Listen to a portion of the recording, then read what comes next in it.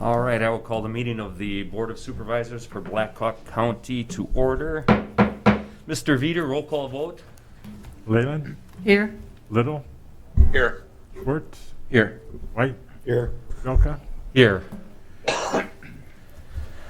We'll have a moment of silence to reflect upon our actions.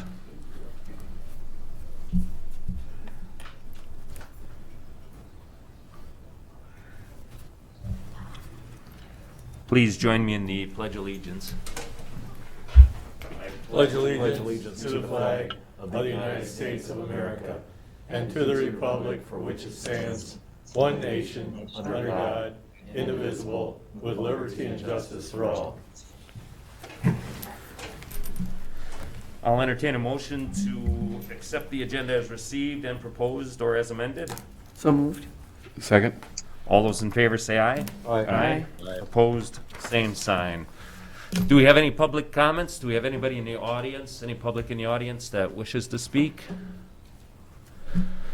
Do we have anybody online or on the phone from the public that wishes to speak? Mr. Perry, claims and payments? All right, this week's claims, $448,795.65. The larger departments, social services, $11,855. Agency allocations, this was the third quarter allocations and the second half, and for others, $99,750. JCS, $33,218. Secondary roads, $54,586. Sheriff's Department, $127,681. Everything looked good. I will entertain a resolution that the Board of Supervisors approve expenditures and that the county auditor be authorized and directed to issue checks moved. against the various settlement of such claims as allowed. Moved. Is there a second? Second. Mr. Veeder, roll call vote. Leyland, Yes. Little, Yes. Schwartz, Yes. White, Yes. Jelka. Yes, it is approved. Item number 4, receive project updates from department heads and elected officials. Do we have any department heads that would like to provide a project update? Good morning. This is Kathy Nicholas. Can you hear me? Yes. Good morning. Good morning. Kathy Nicholas, County Engineer. I wanted to give you a brief update on some information we are receiving from the Iowa DOT. You're aware that there was a COVID relief package that was passed very recently. There was some money provided for transportation funding, and right now the DOT is preliminary projecting that the state of Iowa, the exact amount is unknown for sure, but they are expecting to receive approximately $120 million. It would be coming to the state. They are then proposing that they would divvy that money up according to road use tax funding, the formulas that are already in place. And if you recall, 47.5% of that money would go to the Iowa DOT. The secondary road fund would receive 24.5% of that money. And then 8%, of course, would go to the farm to market fund and 20% going to the city construction fund. So we'll be keeping you posted on if this money materializes, but that could be a nice backfill for the DOT, essentially assuring that we would continue to receive those revenues that we are projecting to receive, or in addition to some of that even. That's all I have to report right now. Okay, do we have any other department heads or elected officials? Sheriff Thompson is approaching the podium. Good morning. Good morning. Good morning. At 5 o'clock last night, I received a credible threat assessment from the FBI federally with regard to protection of critical infrastructure, government buildings, from the federal government all the way down through the state capitol and local courthouses. That is for now through the inauguration on the 20th. We had a meeting this morning and are working with courthouse security staff to reassess security plans, I guess. More will be coming out, but there is a response plan in place for the what-ifs. Something were to happen here locally. The Information is being shared today as an investigators meeting and a lean meeting at 9:30. So it's being shared with area law enforcement agencies as well as intelligence gathering sources to try and narrow that focus down to a local level. And there will be more information shared in our daily emergency management flash reports once some of those finalized details are met. I'm going to leave here now and go up and meet with the chief judge and outline some of the expectations for her. But suffice it to say that once there's anything more credible and anything that can be tangibly linked to Blackhawk County and our infrastructure specifically, we will keep you abreast of it. But obviously, the best intelligence and the best planning is our best defense at this point. So we are in the process of making that happen. Any questions for me? Thank you, Sheriff. Thank you. Thank you. Do we have any other department heads or elected officials? Board, this is Dr. Boignet, Blackhawk County Public Health. Good morning. Good morning. Good morning. Just wanted to provide an update in terms of vaccine planning for Blackhawk County. As of today, we've received 4,350 primary doses of COVID-19 vaccine. We've received 2,350 boosters of COVID-19 vaccine. We are still in phase 1A of the vaccine planning stage, which is the healthcare workers and first responders. Because of our county size, we're not moving as fast from phase 1A. And so the state recognizes that's been one of the issues they've identified, that larger counties are larger population size counties and counties with healthcare systems do need additional vaccines. And so they're asking really the smaller counties, if they are through phase 1A, to deny their allocations. And they're going to be very intentional about providing more vaccines to larger counties such as ours in Blackhawk County. So I'm hoping to see that allocation hopefully increase a little bit more. We don't have, we don't know how much we're going to get allocated.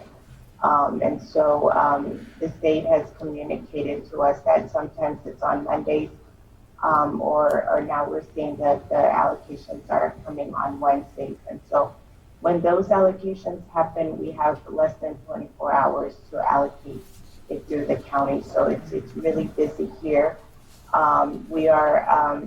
The allocation that we have received for Blackhawk County, we've been able to allocate that within our healthcare systems, home health, pharmacies, EMS, COVID-19 vaccinators of essential populations. And so we're trying to really be very intentional in expanding more into the phase 1A group. The Iowa Infectious Disease Advisory Council met yesterday, which is a council I'm part of, and we are looking at the recommendations for phase 1B. So looking at age category and also essential service workforce. And so I think that those recommendations will most likely be finalized at the end of this week. However, do know that once it's released, it is going to be, we are still going to be in phase 1A for Blackhawk County. So our ask is for the state to continue to allocate as much vaccines as they can for Blackhawk County, so that we can vaccinate individuals in phase 1A and move to phase 1B. We are noticing that with the allocation, there's extra dose that providers are able to provide.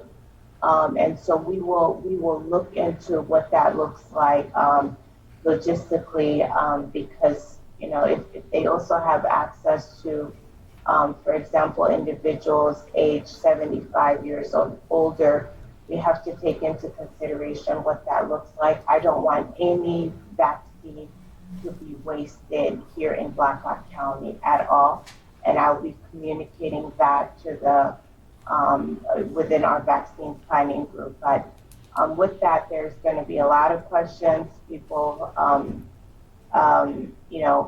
maybe hearing that others have started to get vaccinated or not.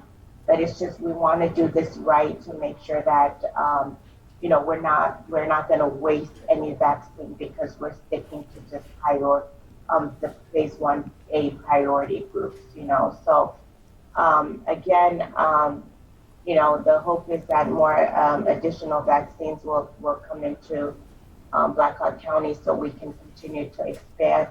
Once our next allocation comes, we are going to be intentional with allocating to dental offices. That's the key group now that we're going to try our best to reach.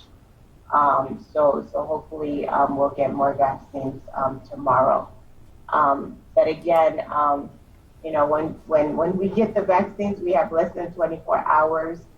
Public health across, I think, the state and nationally, it's like we're building a plane while flying it, so this is going to take all our efforts within the community. We know that what we want to do is make sure that everybody, once their time is up to get their vaccine, is able to get vaccinated. And we will do that, but it will take a lot of time. It will take patience and just some logistical hurdles that we have to get through. And so, and I know that also at the state level, they're waiting to see what the next administration is going to do.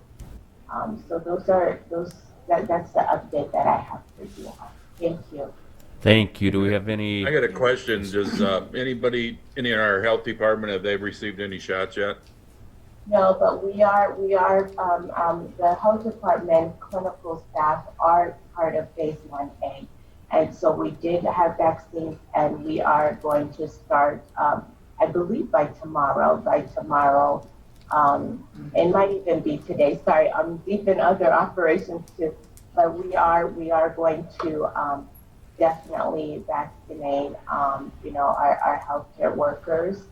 And we're also doing the school nurses for outside of Waterloo and Cedar Falls, because that's they have Unity Point and Mercy One has that.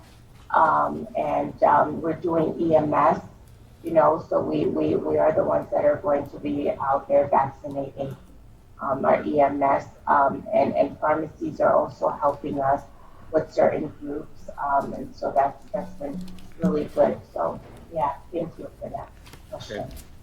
Okay. Thank you. Nafisa, when we reach phase 1B, or at least when the scope of it is finalized and following phases, will that all be published on the Blackhawk County COVID website? Yes, that will be. So we did finish. I got finished phase 1B yesterday. We voted on it. I want to give the state the opportunity to finalize those recommendations and release that. But we will. It's I can tell you already. We're looking at persons age 75 years or older, school teachers, like people that have been considered really essential workforce throughout this whole pandemic. So it's going to be a large pool. Again, the biggest concern is that those recommendations are going to be released, but Blackhawk County, we are still in phase 1A. And so that is going to be what I will continue to communicate until we get through phase 1A.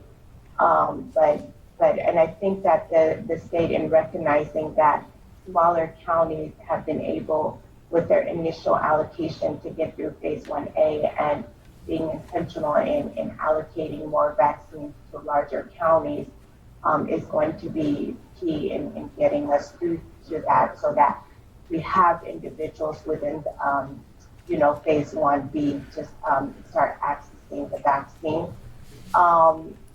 But we are monitoring how fast also the healthcare systems are going through their vaccines, and pharmacies, for example. So again, internally, we're just thinking through logistically about that extra dose. When that extra dose is there, what do we do with it?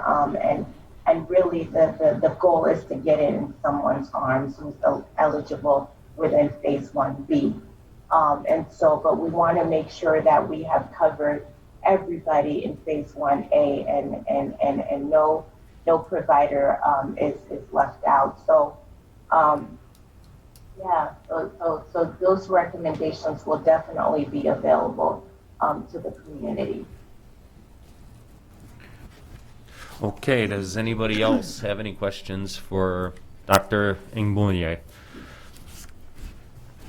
All right, any other department heads or elected officials that would like to provide an update? All right, we will move on to minutes approved for January 4th, 2021, January 5th, 2021, and January 7th, 2021. Do we have a motion? So moved. Second. All those in favor say aye. Aye. Aye. Opposed, same sign. We will have a hearing later on in the meeting. Now we will move on to the end. It's in regard to ordinance number 77-247, a rezone request by Sean Coulterman. Item number 7, consent agenda. So moved. Second. Mr. Veeder, roll call vote, please. Little, Yes. Schwartz, Yes. White, Yes. Leyland, Yes. Jelka, Yes. Item number 8A, a resolution that the agreement between Blackhawk County and Allen Occupational Health for discounted rates for pre-employment screenings be approved and direct the chair to sign for same Second. as recommended by Amanda Fessenmeyer, Human Resources Director. Amanda, would you like to speak on this? There's not a whole lot to say.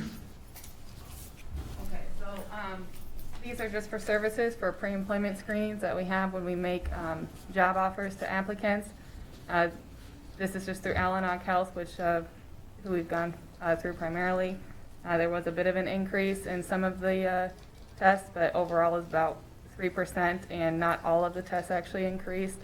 The ones that departments will most likely see are the drug tests. The non-DOT went up by $1. The DOT went up by about $2. So, any questions at all about the agreement or anything I can answer?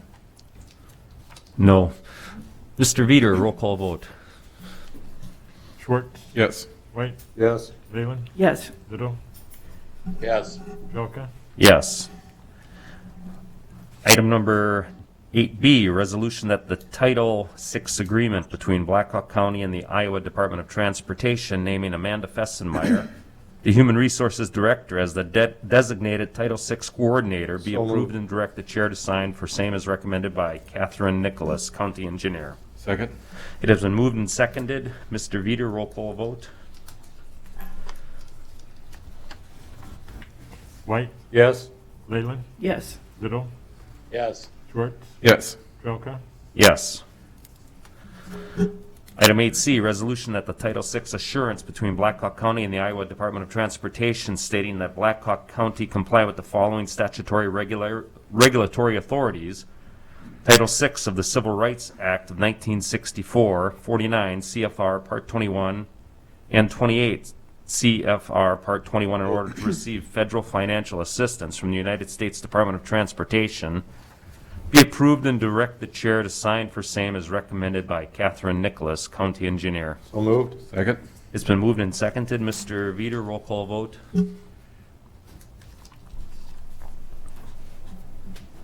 White, Yes. Leyland, Yes. Little, Yes. Schwartz, Yes. Jelka, Yes. Resolution, or, item number 9A, resolution that the request for purchase of capital equipment submitted by Catherine Nichols, County Engineer, be approved and direct the chair to sign for same. To purchase one radiant tube heating system in the amount of $4,498.68 from Hudson Hardware, Hudson, Iowa. So moved.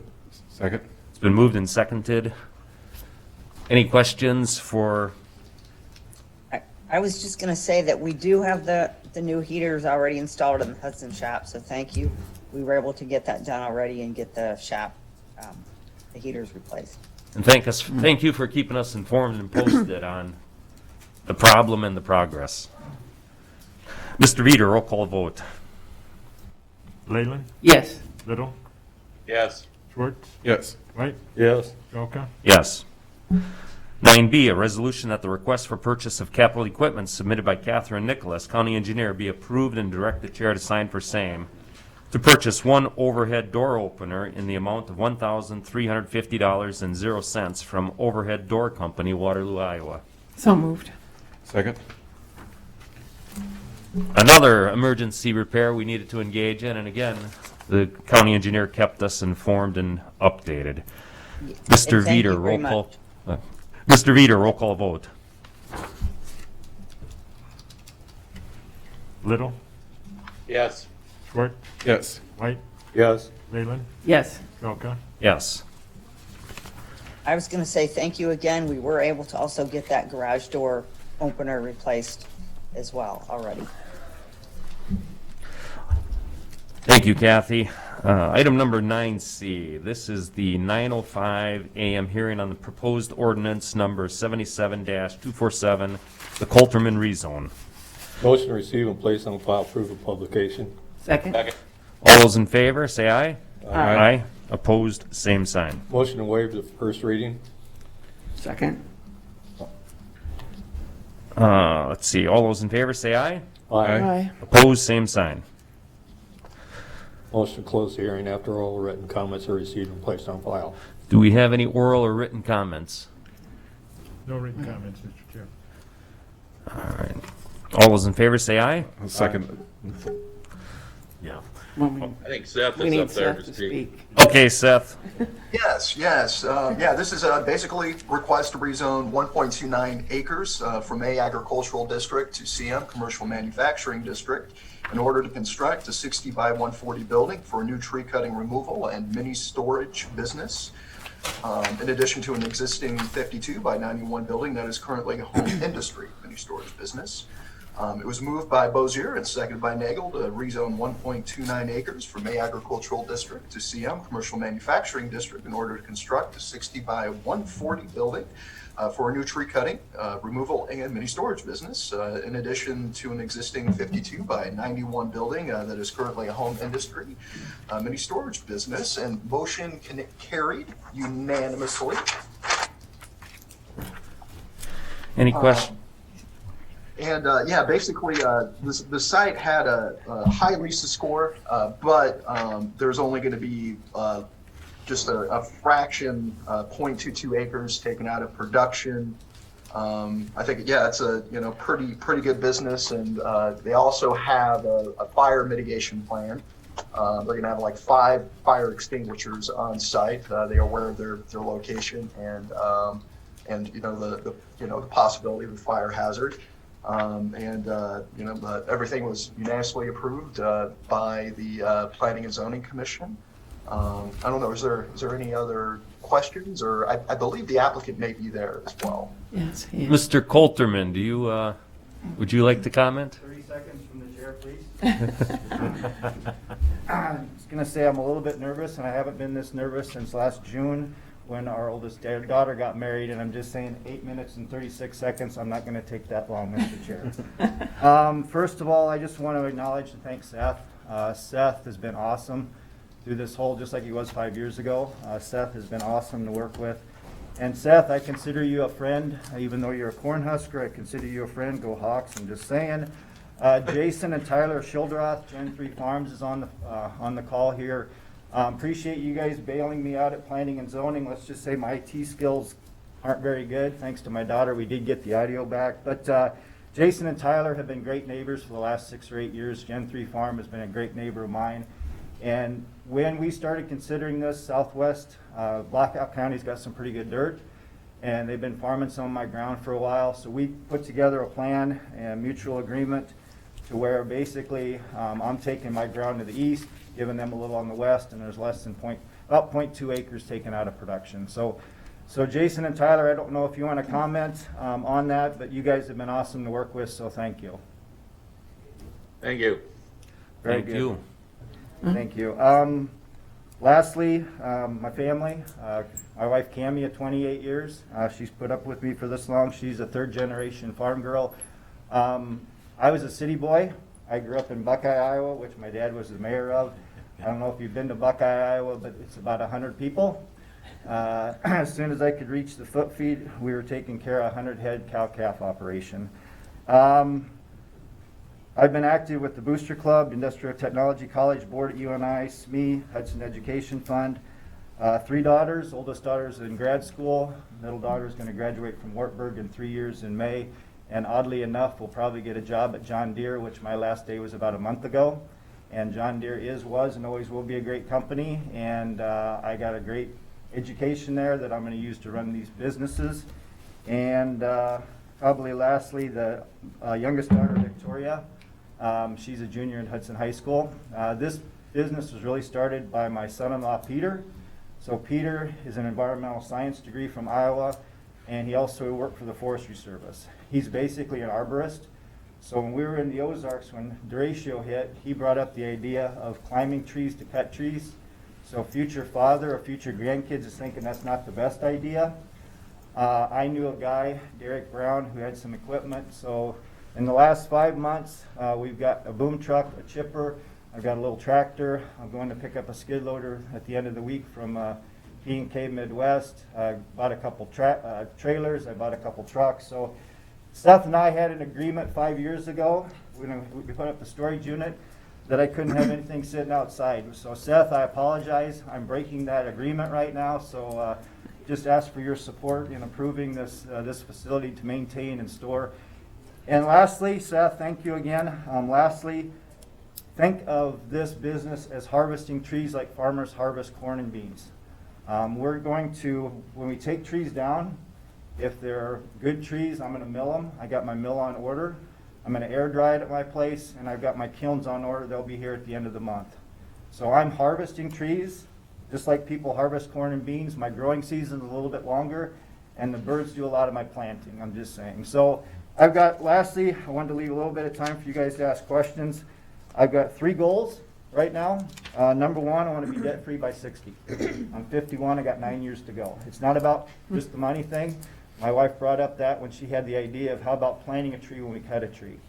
So I worked with my friend at Royal Turf, Greg Hassman. So when we walk off a job where we take out a tree, they're going to get a coupon. I said, Greg, 10%, 20. So they're going to get a coupon from Royal Turf for 20% off of tree planting.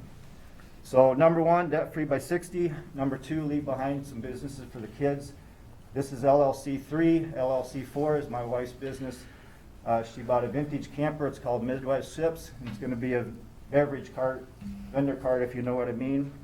And lastly, my last goal is to make people smile. And I can't see your faces, but I can see your eyes. So I know you're smiling. So sorry, got a little long-winded, Mr. Chair, but this is how I'm going to feed my family. So I appreciate your support and your time this morning. Thank Sean, you. Sean, did you say what year you were born? I'm not 50. Let's just leave it at that. 1969. I didn't want you to miss anything. I appreciate that, Tom. It was great working with you. I'm going to enjoy retirement just like you have been. Well, and thanks for investing in the county. It's good to see these businesses start up with established goals, and We appreciate it. And I'm gonna keep my business local. I think I've told all you that. With this facility, I'm gonna make my money locally and I'm gonna spend my money locally, and I think you all know that. For sure. This is an exciting project, and I think I've mentioned that to you before. This is great, and it just shows the partnerships that you've built and how important they are to you and others, I guess. So thank you for this. I think it speaks well to your project just to have a unanimous vote from our P&Z board. So thank you. Good luck. Let's watch it grow. Thank you. Good luck. You'll all be invited to the open house this spring when this craziness ends. Any more questions for Mr. Coulterman? I believe we have a motion and a second. Do we get a second? I'm not sure. the hearing All those in favor say aye. Aye. Opposed, same sign. Motion to approve the resolution. Second. You do suspend the rule. Yeah, we need to suspend the rules. Okay. A resolution to, I'll entertain a resolution to suspend the rules requiring the Board of Supervisors to consider and vote on the proposed ordinance at 2 prior meetings. So moved? Second. Mr. Veeder, roll call vote. Schwartz, Yes. White, Yes. Leyland, Yes. Little, Yes. Trelka. Yes. I'll entertain a motion, or an Ordinance ordinance adoption. adoption. So moved. Second. Second. Mr. Veeder, roll call vote.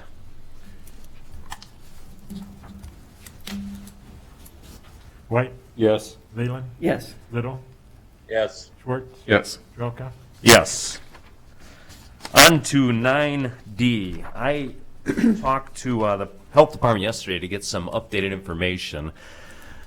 This letter basically has, it's grown stagnant, so I have an edited version I'm going to present to the board. I've deleted some information. I've simplified the letter. I simply indicated now that data indicates there is a significant amount of citizens who are vulnerable to COVID residing in Black Hawk County. The Black Hawk County Board of Supervisors would respectfully request that the vaccinations be distributed in a more expeditious manner. In addition, it is our desire to be informed of a timeline and amount of expected doses for the residents of Black Hawk County.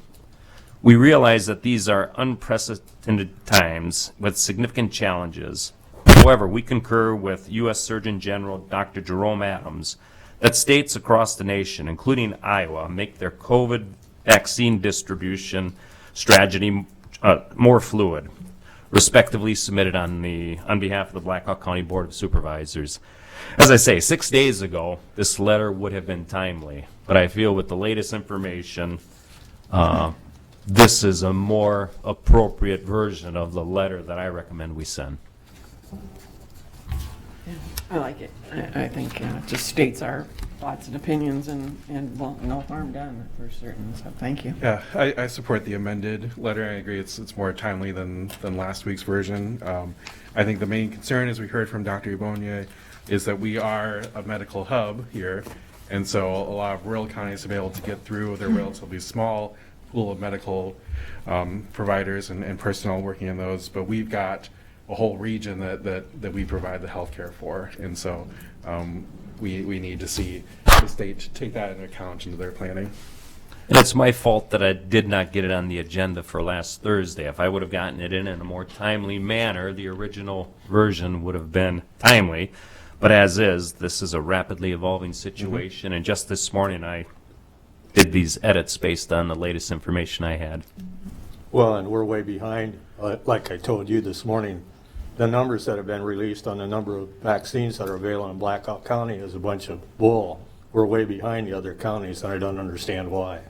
Yeah, I'm impressed with where we are as a state, Yeah. but I agree. Black Hawk County seems to be taking a back seat to some of the other counties we're typically compared to, such as Lynn, Johnson, Dubuque. So I will entertain a motion that So this letter be signed in consent. Second. Second. All those in favor say aye. Aye. Aye. Opposed, same sign. Item 9E, a discussion and possible board action to appoint or reappoint 3 of the following to the Black Hawk County Judicial Magistrate Appointing Committee with the term ending January 1st, 2027. I make a motion to nominate Frank Magsman. Well, I did have a question. I guess if this is open for discussion, it was just understanding, I guess, that we had people that were in those appointments currently. And why is this different? Is the way we handle this particular committee or commission different than others where we do the, ask people, you know, if they're willing to be reappointed? When they are reappointed, we've sometimes, when they say agree to that, we've gone ahead with that. And if not, and if any of those candidates were unwilling or unqualified for some reason, that we would advertise and then go through that process and do the interview and that type of thing. So mine's really just a administrative issue, I guess, was questions on if this is different and if it is, why, and otherwise, we've got some excellent candidates there as well as the appointments already, so.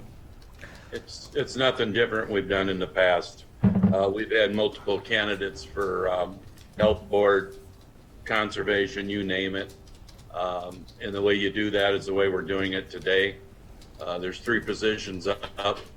Any board member certainly has the right and authority to bring another name to the table, which has happened today. So therefore, we just need to go through the nomination process, and the top 3 are the ones that will serve on the board. Do we need them to complete an application? I don't believe so. I guess it's just making sure we're doing everything procedurally right, that's all. I just don't want us to be questioned. Plus, seeing that this is a 6-year appointment, I think it warrants giving the opportunity to other citizens in Blackhawk County. Do we need to go through each one of these candidates individually, or can somebody make a motion for I just 3 made a motion for Frank Magsamen, nominated him. Is there a second? Second. Mr. Veeder, since this, would a roll call vote be more appropriate? I think first you should call for The other discussion two. on the motion, and then if somebody wants a roll call, yeah, you can have a roll call. Okay, all those in favor of Mr. Megsman, say aye. Aye. Aye. Aye. All those opposed? All right, Mr. Megsman. I'd like to nominate Yeshia Baby. Is there a second on that motion? Dies for lack of a second. Discussion, or, I was gonna say, I'll second it. all right. There is a second to nominate Yeshia Bibi. All those in favor, say aye. Aye. Aye. All those opposed, same sign. Aye. Aye. I can't. I guess I'm confused. What are we doing here? We didn't have a second the first time, we do now? No, I just didn't speak quick enough before Dan said, so no, I seconded it. It was seconded by Linda, Tom. Could we have a roll call on this, please? I think it's kind of confusing with the ayes and nays. And I wanna reiterate, I think this is what Grant was saying, I think we need an opportunity after the second to have a discussion on each of these that have been moved for nomination. What type of discussion would you like? Well, to- just say, is there any discussion? Oh, And then you can just the question. discuss. I'm just not seeing the opportunity right now. Okay. It's been moved and seconded that Yeshia Bibi be appointed to this committee. Any discussion? Yeah, I would just say that Yeshi has exemplary educational and professional background. She's worked as an attorney. She's worked in the attorney's office here in Blackhawk County. She worked for the Secretary of Agriculture under Tom Vilsack, as well as most recently worked in former Congresswoman Abby Finkenauer's office. And so I just think that she's got a strong professional background and brings diversity to the board, which is important as well. Any more discussion? Any other comments? Mr. Veeder, roll call vote, please. Leyland, Yes. Little, No. Schwartz, Yes. White, No. Trelka, No. I will entertain a motion for appointing Stephen Grimm to the committee. Second.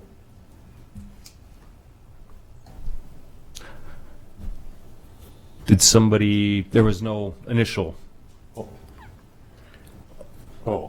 So moved. I thought you said you. I'm confused. I'll second it. Any discussion on Mr. Grimm? I'm sorry. Craig, you moved it? Yeah. And Tom seconded it. Tom seconded it? Yeah. Thank you. And is it fair to say that all of us know every single candidate? I do. Oh, Yep. Okay. no, and that's why the application process would have been helpful, and so I'd like to hear the arguments in favor of Mr. Grimm. Yeah, because I could obviously vote on all in May. Oh. Any other discussion on Mr. Grimm? Mr. Veeder, roll call vote. Little, Yes. Schwartz, Abstain. White, Yes. Leyland, Yes. Jelka. Yes. Mr. Chair, Geraldine Thornsberry, I nominate her. Do we have a second on the nomination for Geraldine Thornsberry? Second. Any discussion on Miss Thornsberry? Mr. Veeder, roll call vote. Schwartz, Yes. White, Yes. Leyland, Yes. Little, Yes. Jelka. Yes. All right, the three positions are filled. There is no need for further discussion on that item. We will move on to 9F, discussion, county preparedness, and possible updates for COVID-19. Mr. Chair, I brought it up last week about pulling the mask out of downstairs. I'm tired of coming in the morning or going out at afternoon and picking up masks out of the parking lot. They're mandatory right now. We don't need to be giving them out and finding them on the ground outside. We're also to the point now where when people take off their license or get their new license plate, they take off the temporary plate or the paper plate and throw it on the ground. Yeah. Kendall was out this morning cleaning up the parking lot, did an excellent job. I was commented to him how nice it looked, so it's unfortunate that people have to throw things down. I guess I'd like a little more information on this, on how many we still have left, and maybe that we shouldn't keep, maybe we don't have to just have them readily available. I don't know if people are just grabbing them, but for some of the people that we do have to come to the courthouse that maybe have forgotten or didn't remember, or I'm thinking. I don't know how you'd forget one when you gotta wear it all the time anymore. I know, but I just meant in case there was someone that did. I understand. I'd hate to turn them away. I think Roy's got an update on how many we got left. We Yeah, got substantial ones left. but We've got I'd a like to see 'em. pretty large amount of masks left. I guess what I would maybe propose is we keep masks available with the guards, but they maybe place them in their closet so that in the event that somebody does come and they don't have a mask, at least they're not sitting out and somebody can grab multiples, which we have seen that. Yeah. Yeah. I have too. So I guess that's what I would propose is having them still be available to the guards to hand out if needed. That sounds Yeah, like a plan. I like that. Yes. Yeah. Thank you. Thank you. Thank you, Roy. Any other items for discussion for COVID-19? I'd like to see an update from the health department on a daily basis like we were gonna get. And also in regards to, what we're doing for, you go into stores and you see numerous people without the mask on. And the employee, and I'm not gonna mention any businesses, but some of the businesses don't say anything to the people that are coming in without masks. And it says right on the door, mask required to come in. And yet they come in and more or less want to get confrontational. You can almost tell they want to get confrontational with somebody. So we need to do something about making sure people are wearing masks because the numbers aren't going down yet. Well, that's a tough one with the businesses. I know my daughter works locally. She's 18 years old, and one of her tasks one day was to remind people at the door to put their mask on. And I wasn't happy because my attitude was my 18-year-old daughter, because it's a contentious issue for people. And I didn't feel my 18-year-old daughter should be reminding people of this. I felt that was the store manager's responsibility. Mm-hmm. So I don't know what the right answer is. I don't know if any board members or the sheriff has any suggestions, but it's a hot topic item. And I'm going to be happy when people get vaccinated and we can try to find some normalcy. Well, I don't have as an we saw answer. at the protest down at the Capitol yesterday, there was widespread support of not liking masks, so I think that just carries over on our community. Did your daughter then do most people comply? She did not have any problems with anybody, but I was very concerned Yeah, because sure, to the dad, yeah. because I've seen the videos, as others probably have, where employees have told a citizen to put on a mask, and the employee has been physically attacked. Yeah, oh, it's too bad. I hate to see that, but. Any more discussion on our COVID preparedness? All right, we will move on to the work session. Mr. Perry, the floor is All right. yours. Perfect. Thank you. So, we have quite the schedule today. I do kind of want to go over the schedule, just so kind of everybody has a good idea.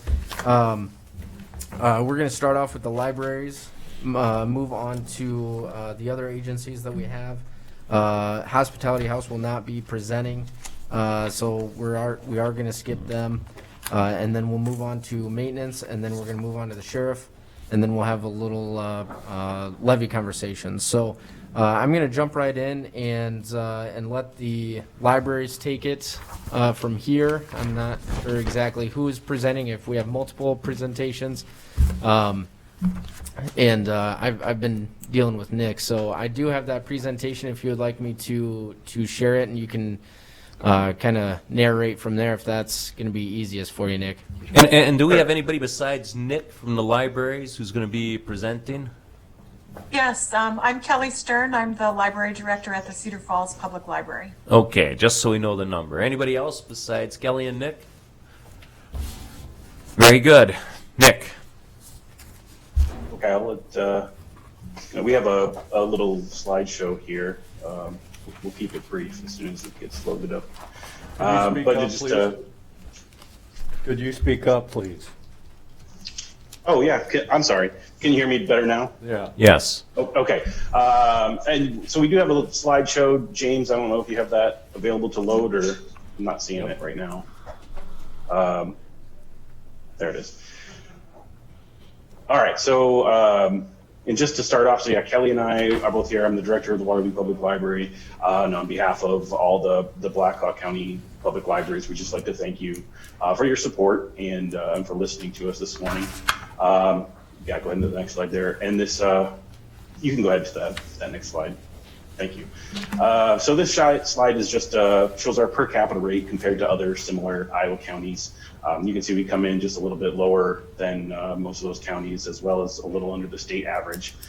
So we are asking for an increase to 170,000 from last year's 154,500. That will help us increase our reach to all the residents of Black Hawk County and bring us closer to that state average. Go ahead to the next slide. Thank you. Last year, we circulated over 1 million items to the citizens of Black Hawk County collectively, and specifically nearly 25,000 physical items to the approximately 9,500 residents that live in rural Black Hawk County. We don't have a way right now to measure the digital checkouts to rural patrons, but that's something I think we should look into. Go ahead into the next slide. We also provide, you can see some of the services here. So we do more than just borrow materials to the community, but also an opportunity to learn and utilize these and more services, which have continued to be widely used throughout the pandemic. Go ahead to the next slide there. As well as all of our programming that we do this year round, some of which is highlighted here, and some of which has obviously had to look quite a bit different due to the pandemic, which Kelly is going to address kind of some of those changes we've had to make now. You can move to the next slide. So when COVID happened and Black Hawk County residents, many were quarantining beginning back in March, libraries stepped up and responded immediately. We know that our citizens rely on us for access to information and technology and our other services. And so even while library staff members were quarantining in March, we were all putting together plans for offering the highest degree of access to our collections and services in the safest possible way. You can go to the next slide. Some of the ways that we responded to COVID was to roll out no contact curbside pickup to make it safe for people to come and pick up their library items. We've all offered phone, email, and virtual assistance. Some libraries have a chat service provided by the state library that we can use to do reference work. We have, while we were under orders to limit our capacity in the buildings, we've done that, and we've offered browsing hours. Some of us invested in door counters that would allow us to know when we'd reached our safe capacity.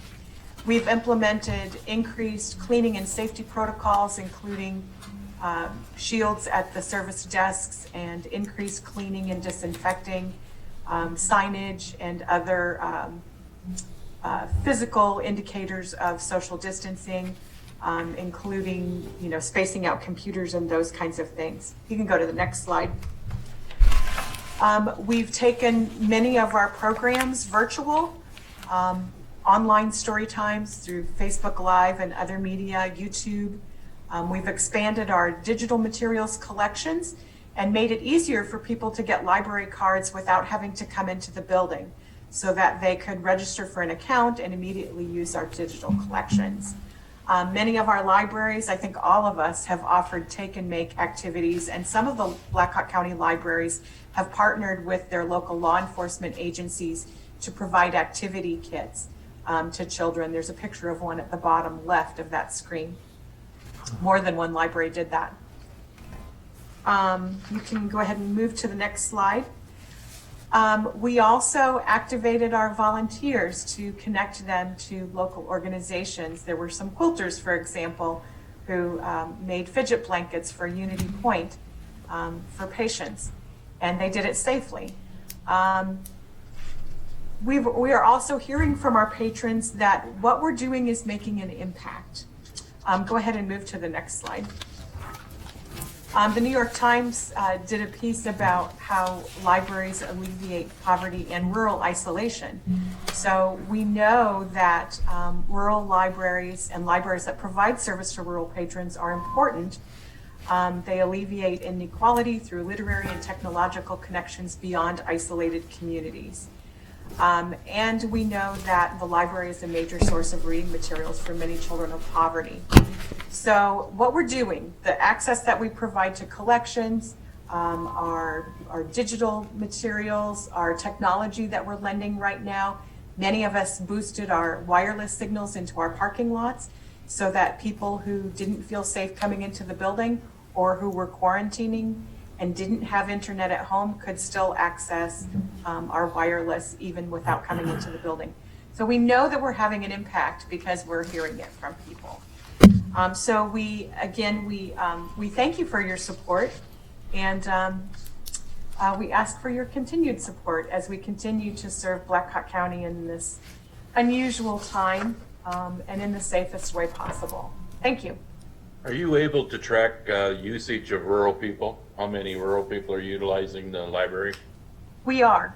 In fact, we submit annual statistical reports to the state library every year, and part of that is service to rural patrons. Do you submit that to the board? We can, if you'd like us to. I believe we do submit it to Mr. Perry as part of kind of how the money is allocated. We do use that in the formula for the specifically one of the factors is the number of checkouts that we have to rural population in the county is a factor of how the money gets split up between the. So you're just going by population, you're not going by usage? No, it's actual transactions. Yes, yeah, the actual physical checkouts of materials to the rural population in Black Hawk County is part of the formula of how we split up the money. Can you separate that out for us? Yeah, it is, and if you guys need me to send along, and actually the spreadsheet we have, I think it has back probably the last 10 or 15 fiscal years, so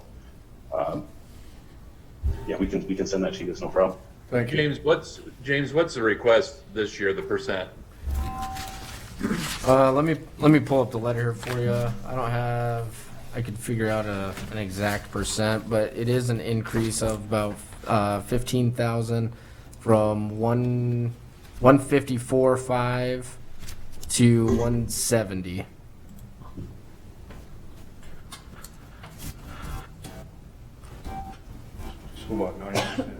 And the board authorized 3% last year? Yeah, just about, it's about 10%, Tom. We authorized 10% last year, or that's? No, about 3% last year, about 10% was the request this year. This year is 10%? Correct. I'd make a motion that we increase it from last year to 3%. Second. There's been a motion to increase it from last year's 154,500, 3%. All those in favor say aye. Can we- Aye. Opposed? No way. I was just going to say, could there be some discussion? I was curious what that Yes, translates yes. to. I would like to. I'm sorry, yes. That's all right. Maybe that was my only question anyway. That's what that translates to, James, with the 3%. I was just gonna say, just to be clear, that is a $4,635 difference for a total of $159,135. I guess I'd like to see us go a little bit higher on that, just when I look at us as where we fit and the importance of what I've seen libraries providing, especially during this pandemic. I guess I see their role being even more important than it typically is, so, but thank you. If you want to do the roll call, if there's no other questions. It's been moved and seconded. We did have a vote.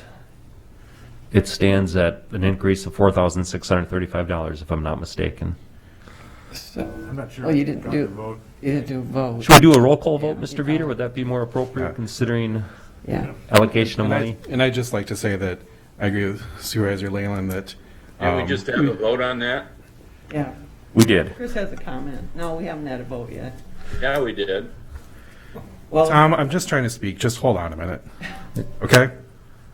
So I think it's clear. I mean, they gave us a really modest request last year. This is a pretty modest request this year. You compare us to other counties and look at the services they provide. I think 10% is completely in line with what they need to provide the services to our rural population. I'd like to see the numbers on that before I'd ever vote on giving them 10%. Seeing as how we are in a COVID, we don't have a money tree outside, Mr. Schwartz. Okay, I'll just ask you not to be rude during the rest of these proceedings and say that kind of stuff. I don't believe that's rude. I'm just saying there's No, not a money tree outside. You're rude, Craig. And civil discourse is good.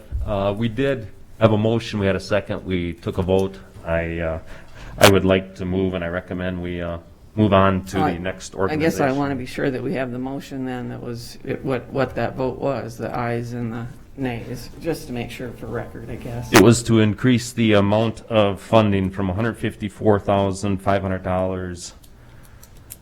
Increase it by an amount of $4,635. 3%. Yeah. My motion was 3%. 3%. And I seconded that. And we had 3 yes votes and 2 no votes. Okay.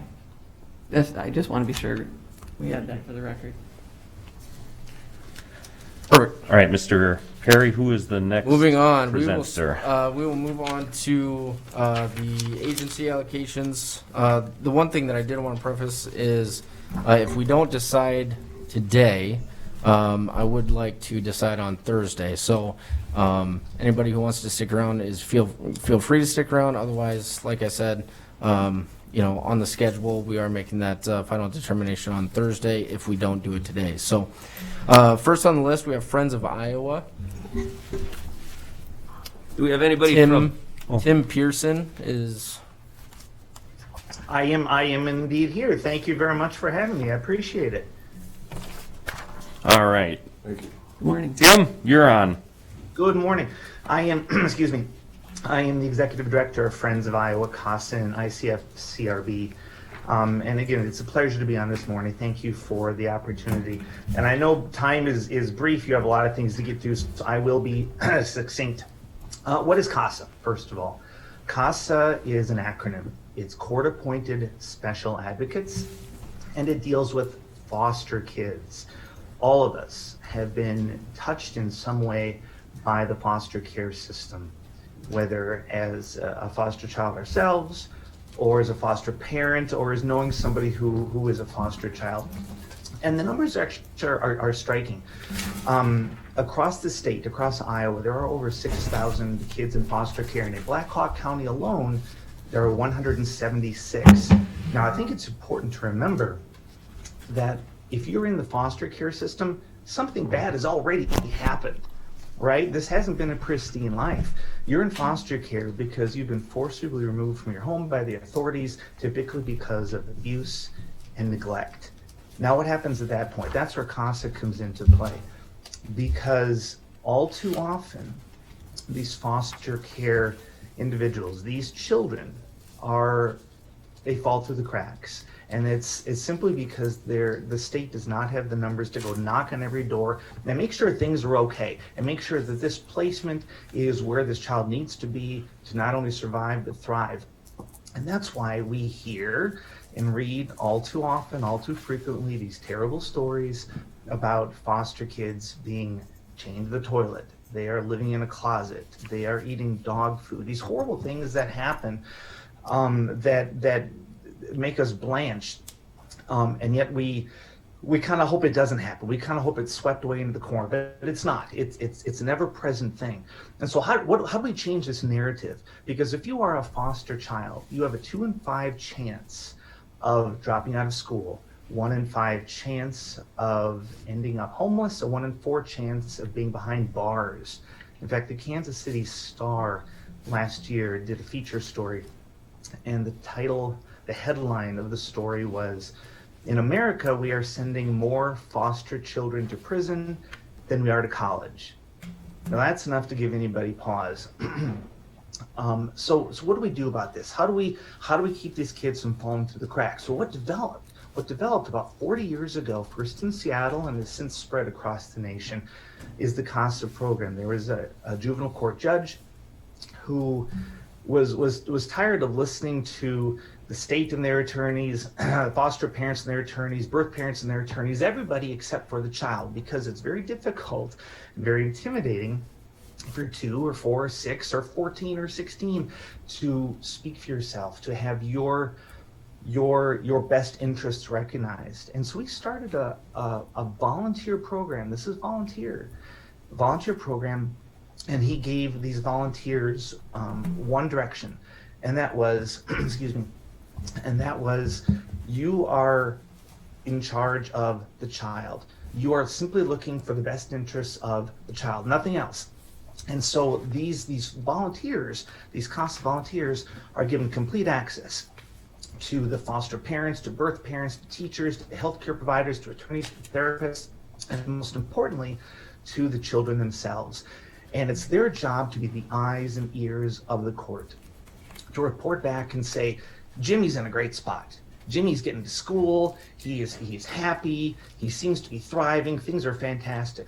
And that's what is the case most of the time. However, it's also the CASA's job to say something's wrong here. He doesn't seem to have lunch money.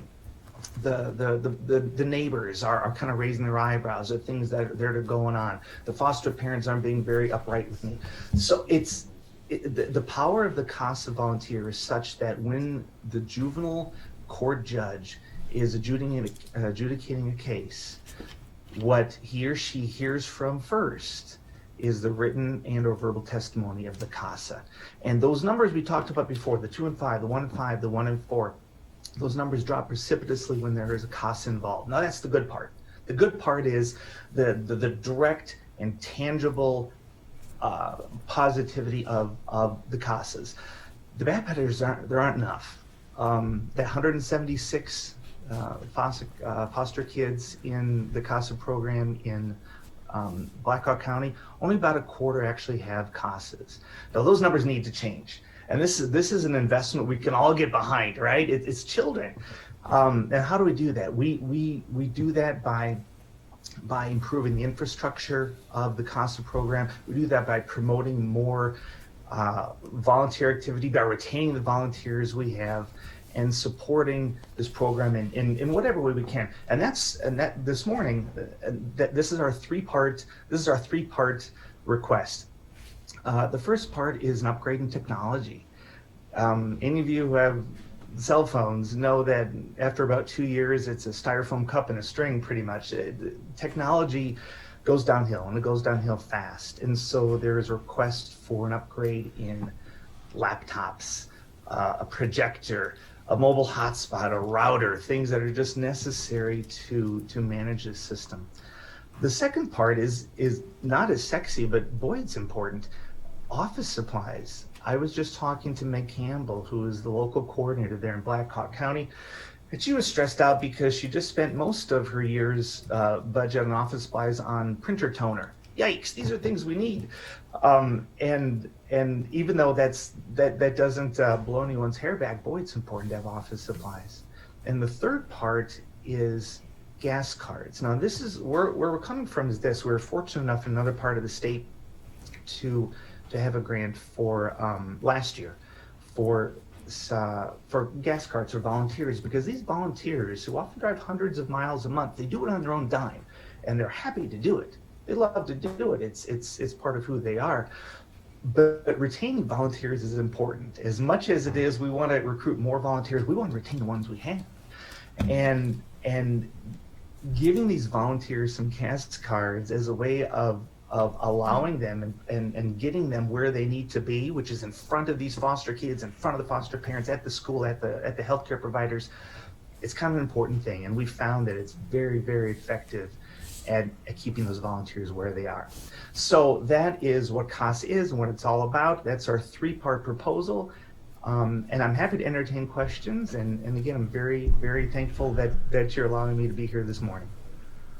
Any questions for Tim? Thank you, Tim. Thanks, Dan. And I think as we go through these, maybe we'll go through all of them, hear all the presentations, and then ultimately have discussions on funding amounts. Yeah, we can definitely do that.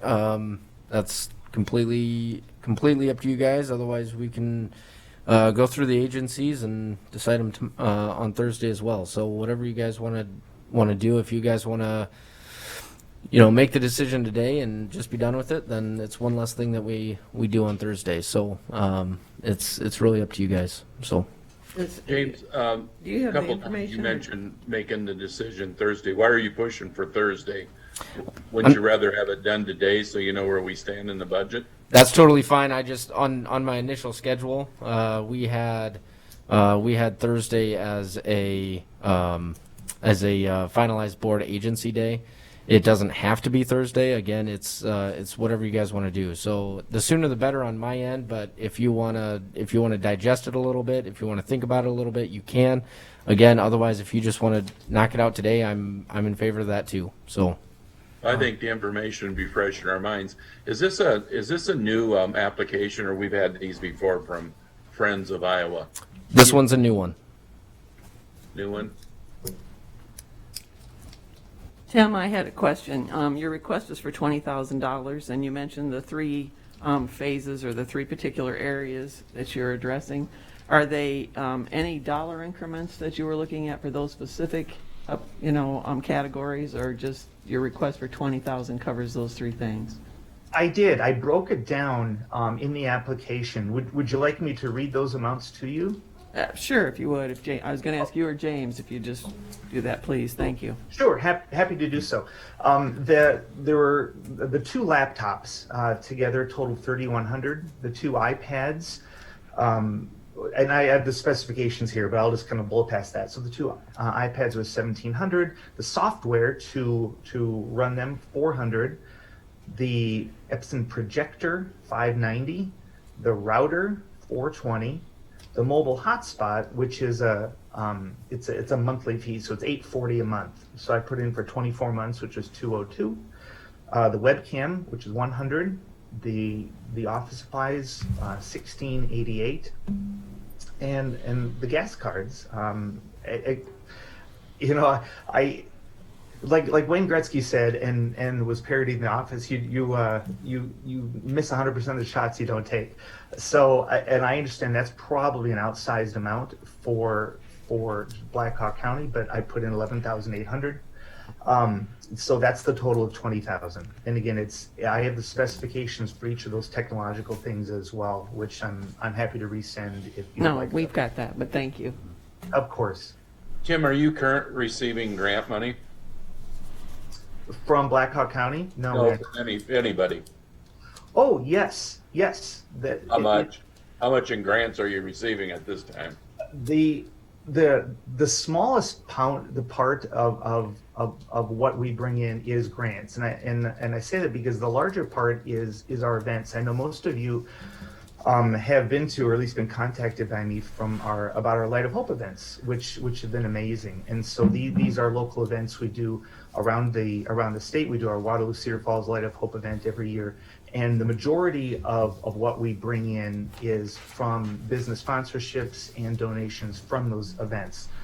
There are, for other grants, total grants around the state, but not specific to Black Hawk County, are about 40,000. Again, the majority of what we bring in are local donations and local business sponsorships. This is the first time you applied to Black Hawk County. Yeah. What was the reason this year that you decided to apply? Well, we're fortunate enough to have on my board Chris Schwartz, who you all know very well, and it was you were always looking for other opportunities, and Chris thought this was a wonderful opportunity to present before you, especially since all of you are aware of what CAS is and what it does, and have at least been touched a little bit by an event we've had. And so the door opened fruitfully, and fortunately we were able to step into it. Yeah, looking at your request, even before you broke it down, which I thank you for that, the one that kind of stuck out a little bit to me, and I'm not sure why, and it happened to be your highest dollar amount, and that's the gas cards to volunteers. I don't know, being this is tax money, that if the taxpayers would have some concern with the board giving gas cards to volunteers. I mean, I don't know.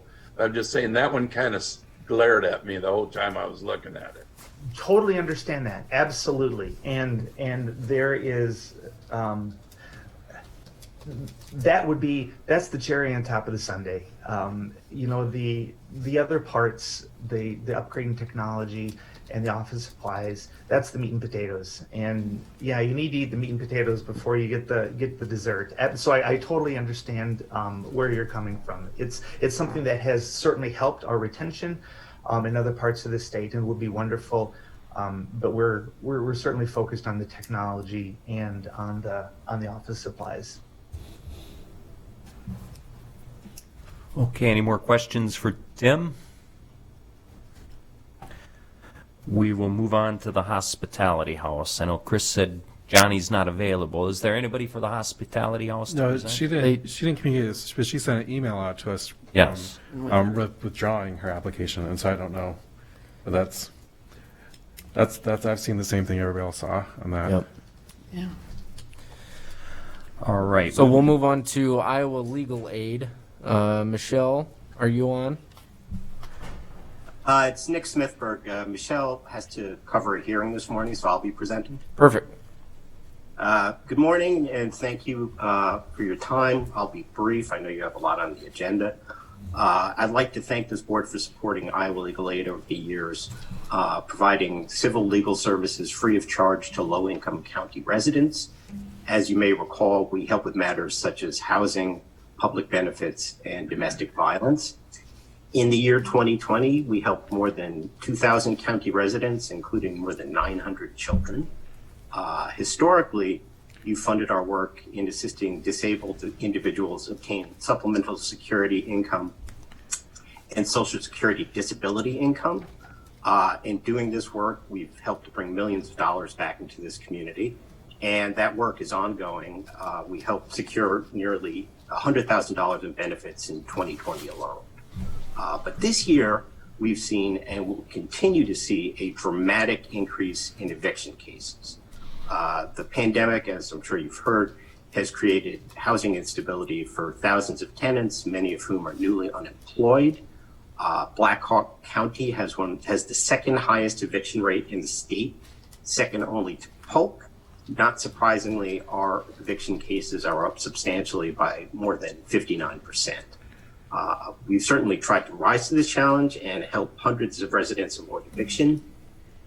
We also established an eviction help desk at the courthouse recently, which really functions as almost a last line of defense, where tenants can get legal advice and assistance on the spot. Today, we seek $30,000 in funding to enable us to continue this important work.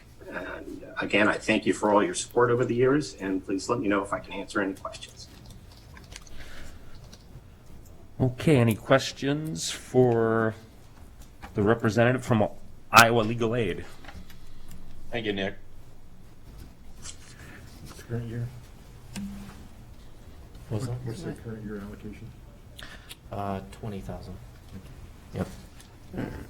All right, moving on to junior achievements of Eastern Iowa. Caitlin, Yes, are you thank on? you. I am. Thank you so much. Perfect. I do have a PowerPoint if I'm able to share my screen. Oh, it looks like I don't have access, and that's okay. So I was going to just share some statistics and such. So I'll go ahead and get started. Again, my name is Caitlin Tunglin. I'm the Regional Director for Junior Achievement of Eastern Iowa. Thank you for the opportunity to present again this year for funding for our Black Hawk County students. So kind of just an overview of Junior Achievement. So we recruit business volunteers, mentors to go into the classroom to teach Junior Achievement curriculum. So our kind of focus areas are financial literacy, work and career readiness, and entrepreneurship. We feel this is a unique opportunity for our local students to see the real world, for business mentors to talk about their jobs and their roles in our economy. So it's just a unique experience for those students. So you will probably ask this year, through Junior Achievement, what are you doing? How are you coping through the COVID-19 pandemic? How are you allowing these students opportunities to hear from their mentors? So we have created kind of a two-step opportunity for these students, as well as these mentors, to get our curriculum. So first off is a virtual live stream that has been very successful. So Waterloo Schools has been a hybrid model with students in the classroom. So we have had professionals Zoom into the classroom to teach our curriculum, and then the teachers are actually providing the content and the materials and the activities to the students to allow them the opportunity to fully engage into the program. The second opportunity is for a volunteer to virtually pre-record a presentation. So it's anywhere from 3 to 10 minutes. They can talk about their place of work, what they do at their job, how it relates to the students, and how they can maybe get engaged in that type of career as they get older. We are building a pretty robust, diverse library of business volunteers throughout all of Eastern Iowa, which has been really fun for us because we've had John Deere engineers talk to students in Cedar Rapids. We've had John Deere engineers talk to students in Iowa City, and vice versa. People from PepsiCo and Transamerica talk to students here in Waterloo. So it's been a neat opportunity for us to do something a little bit and pivot to digital resources and virtual opportunities. What makes us relevant, I think this is important to share, is financial literacy and work readiness used to be good to have in the school district. So if you have kids that are currently in school or that used to be in school, it's kind of scary to hear that financial literacy was something that was just good to have, something to be taught. Over the last several years, the Iowa Corps has adapted, and now financial literacy and work and career readiness are required in the Iowa Corps curriculum. So school districts can go and they can purchase their own curriculum. They can teach it, they can learn it, and they can teach it. Or they can partner with Junior Achievement as a solution provider We can bring in a business professional to teach our curriculum, and essentially the teachers can check the box and say, yes, financial literacy has been taught. Bonus points, it's been taught by a professional in the financial world, etc. Because of this, the school districts, Waterloo specifically, as well as all of our partnering districts, pay for a third of the cost of our curriculum. So our other 2/3 of our funding do come from grants, from corporations, from foundations, from individuals, etc. So that is why we're relevant. We like to see our organization as being proactive, teaching kids about financial stability, about entrepreneurship, about work and career readiness to be prepared to go into the workforce once they graduate high school. So that is us. That is our plan. That is how we pivoted for COVID-19. And you know, there's been some blessings, like I said, learning to pivot virtually. It's been something that we will continue to use going forward, but we still do want to get our traditional model of volunteers into the classroom when it's safe. So I am open to any questions. Please let me know if you have any. Any questions for Caitlin? All right. All right, so we'll move on to Northeast Iowa Food Bank. Barb, are you on? Barb, are you on? Yep, I'm here. I'm just getting my video on. Sorry. Okay, no problem. I'm here. Sorry about that. Good morning, everybody. I'm Barb Prather. I'm the director of the Northeast Iowa Food Bank. I really want to thank you all for your support that you've given the food bank and to Craig and to the members that have supported us through their board membership. Craig and Chris particularly. We really, really appreciate that support and that expertise that we can reach out to you when we need your assistance. To say that a year ago when I was sitting in this seat, I would know what would be happening a year later is an understatement. At this point, the number of people that are projected to be food insecure has greatly increased. In last fiscal year, we were looking at just over 13,000 people in Blackhawk County with food insecure. The projected numbers through COVID are projected to be about 20,000 people. So it's increased significantly. And at the same time, our operation has had to change drastically. We have been here open from the start. We never closed other than regular staff holidays. But it has been a total shift in our operations from safety procedures to how we handle volunteers to how we distribute food. We continue to remain open. The sad part is that we can no longer right now offer client choice because of the space we're working with and because we want to keep people safe. And so we are still offering curbside service 5 days a week to anybody who needs help. Early on, we were and continue to be a part of the Emergency Operations Center. And because of being a part of the Emergency Operations Center, we were able to really do a lot of great work with community partners to provide food to the communities. You know, whether it was working with the Sheriff's Department and the county to provide the food that went to the motels for people who were housed there. We provided the food. Salvation Army or the Sheriff's Department delivered it. Working with Embark in the early days of COVID to provide them the food to then be delivered to people that were identified by People's Community Health Clinic who needed food, and it was then delivered to their home.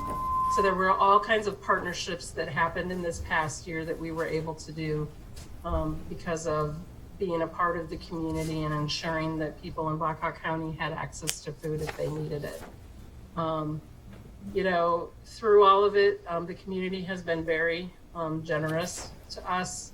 And what I will say is I appreciate the county stepping up and giving us the money that they have this year to help be a part of that solution to ensuring that people in Blackhawk County have access to food.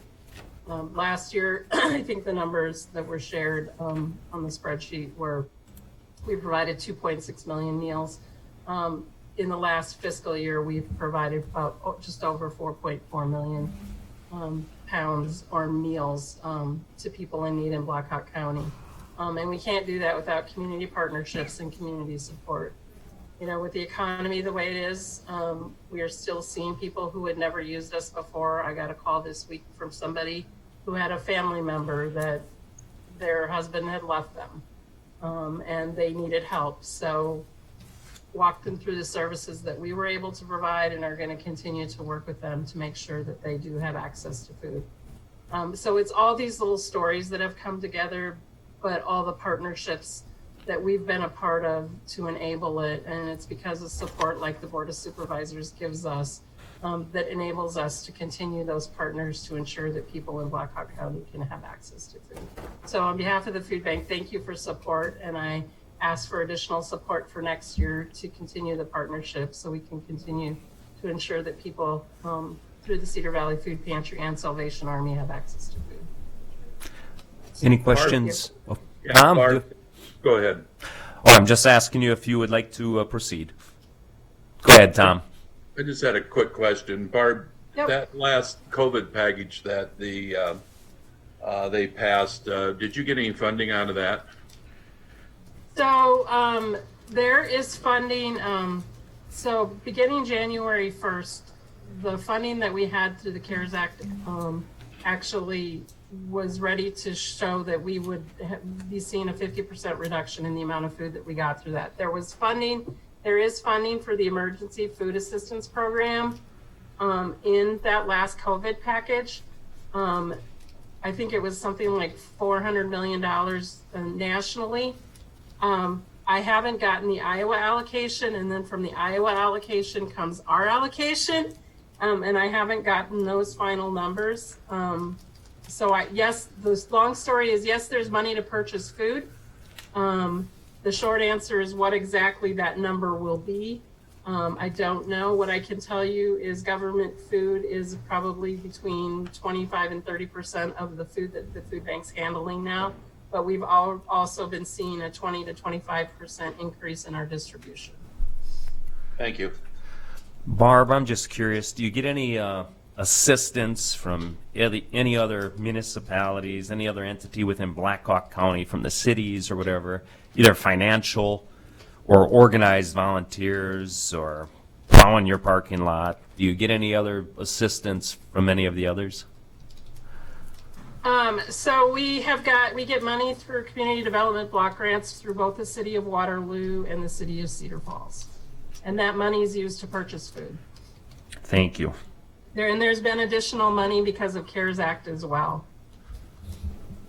Thank you. Early in COVID, we were battling supply chain issues. And so our whole food system really was shaken up. The other thing I will say is the governor did start the Feeding Iowans Task Force, and we worked directly with the lieutenant governor to provide food into the community.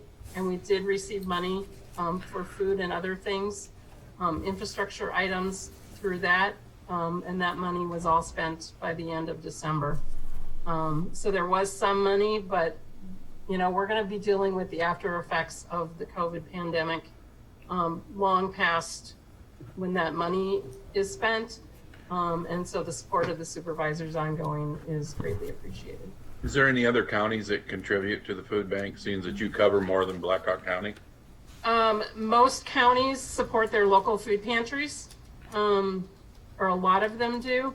What I will also say is we were able to work with Floyd County this year because in addition to CDB Community Development Block Grant money for Waterloo and Cedar Falls, there's an out-of-county funding pot. And so we worked with Floyd County on that this year to access funding to purchase food. And we were awarded a grant through that for $50,000. Any additional questions for Barb? Okay, we will move on to North Star Community Services. Thank you very much. Thank you, Barb. Thank you. Thank you. Okay.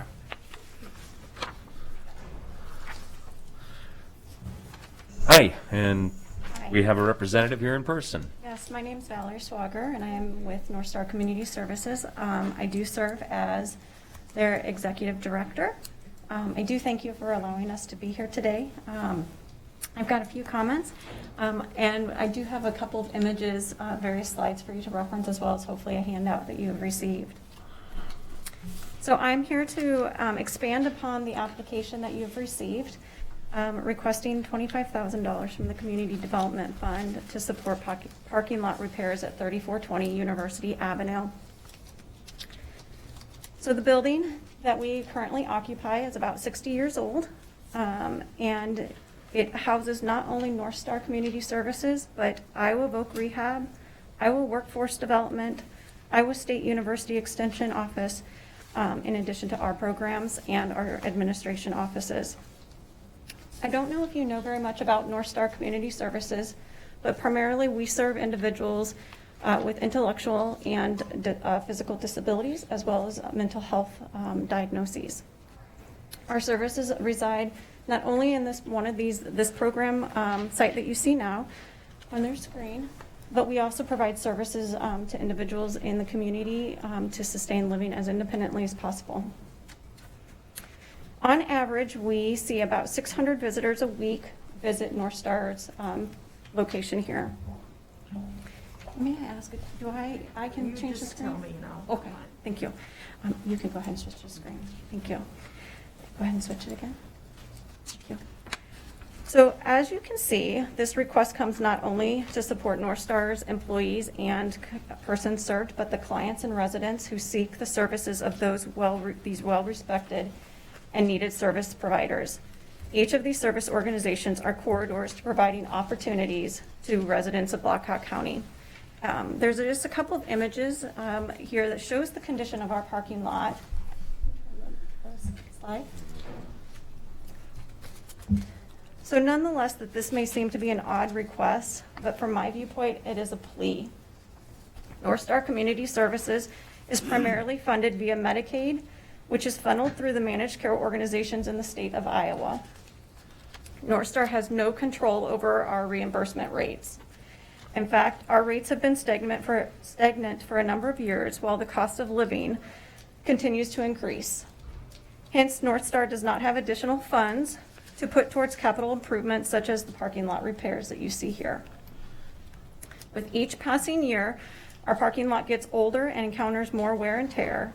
In fact, the parking lot is becoming a safety hazard that cannot be ignored any longer, and the cost of quick fixes is no longer efficient, nor is it responsible.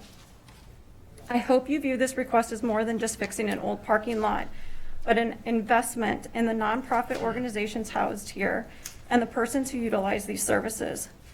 This request comes in conjunction with other initiatives around us to build a desirable community and promote economic vitality. For example, the Corridor Enhancement Plan, which includes road repairs and the addition of several decorative features, providing an aesthetic appeal.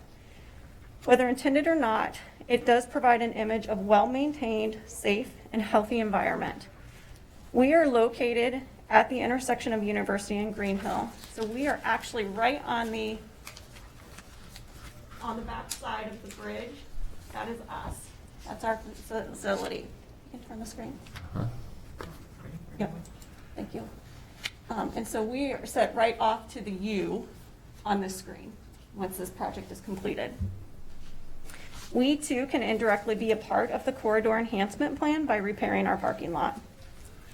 In addition, just last week, I was contacted by the City of Waterloo, who's pursuing a water storm drainage project to provide flood relief to the residents behind the building, and they've reached out to us for assistance. This could provide opportunities to improve the water drainage from our parking lot, which in turn could improve the lifespan of this project by making arrangements to have the water go drain instead of flow off the top of the pavement. North Star has received donations in the past year to support the efforts to repair and fix the exterior of our building, which not only safeguards the exterior of the building, but also provides a more inviting and welcoming ambiance. North Star recently celebrated our 45th anniversary in Black Hawk County, and we hope to continue to be here for many years to come. However, we do need the support of our communities and our counties. So that we can direct the monies from our funding streams to our employees and programs we offer, we need support from others to help us take care of our building and our surrounding properties. Please turn this up. Thank you. So again, here's another image showing where Green Hill and University intersect and our building and the parking lot associated with such. Turn the screen. And this is just showing you an image of where they are looking to, I'm going to say put in a pond for the stormwater drainage project to protect the residents that are housed behind our building. Turn it. When are they planning to put that in? I just got the contact last Thursday, so I don't know the dates for sure. I actually have an email out to the person who had contacted me to engage further how this is all supposed to work. But I think they would like to make action yet this spring is my impressions. But I haven't had detailed conversations. This literally just happened last Thursday. Okay, thank you. So I would love to sit here and totally talk to you about the programs and the services that we offer. But what I'm asking for today is to help support our building so that we can continue providing those services in addition to the other service organizations that house in our building. We are an employer. I think that's one of the things that I really want to make sure you understand is we are an active employer here in our county who has an interest and a capacity to expand. We want to partner with our local governments to encourage, recruit, and maintain Iowa's workforce.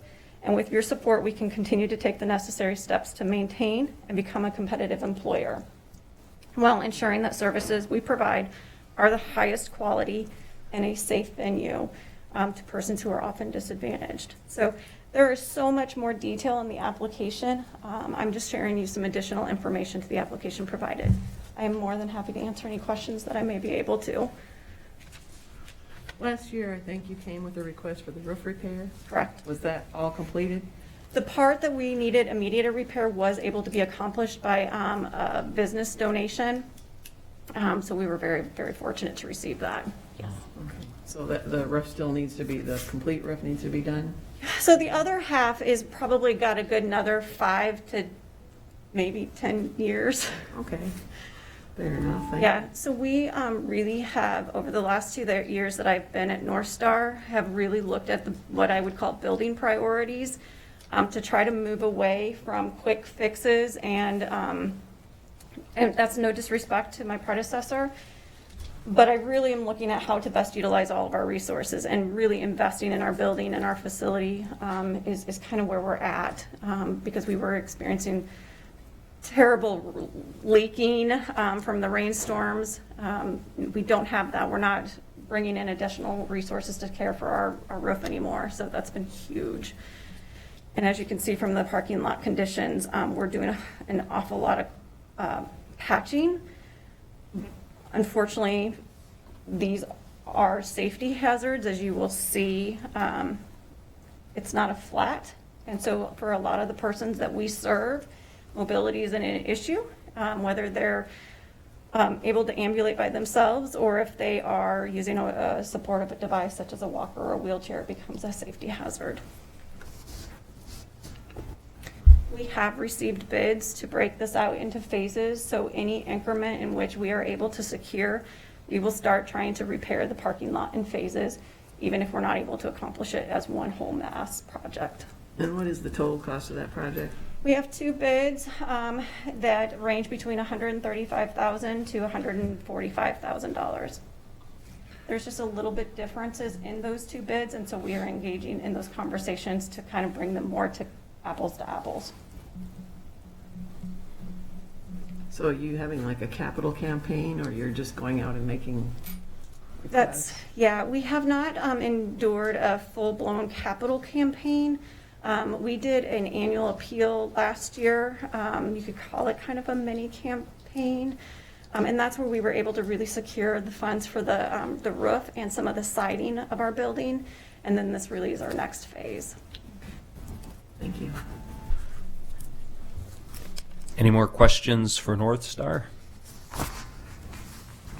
Thank you, Bill. Thank you so Thank much. you. Really appreciate it. You bet.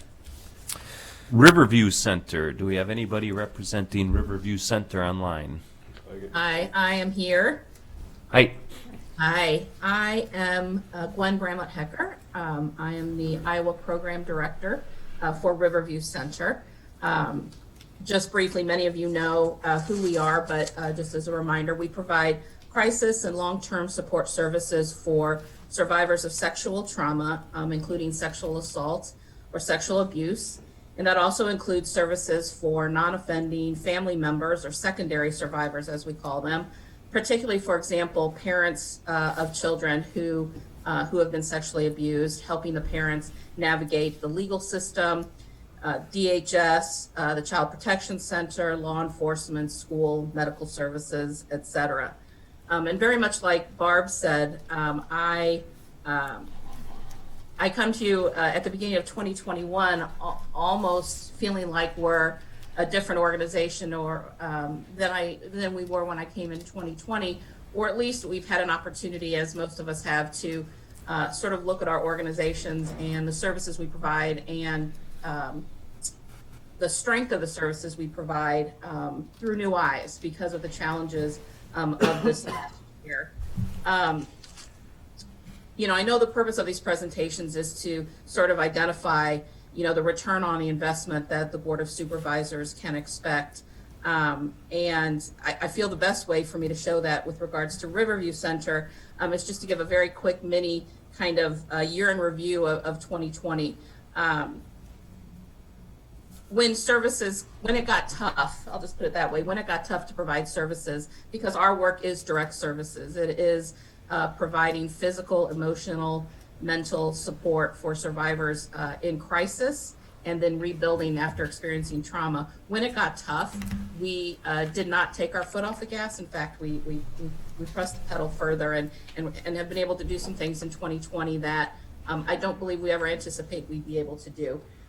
First, in 2020, we remained at the service of survivors and our community partners who we partner with to serve survivors 24/7, 365.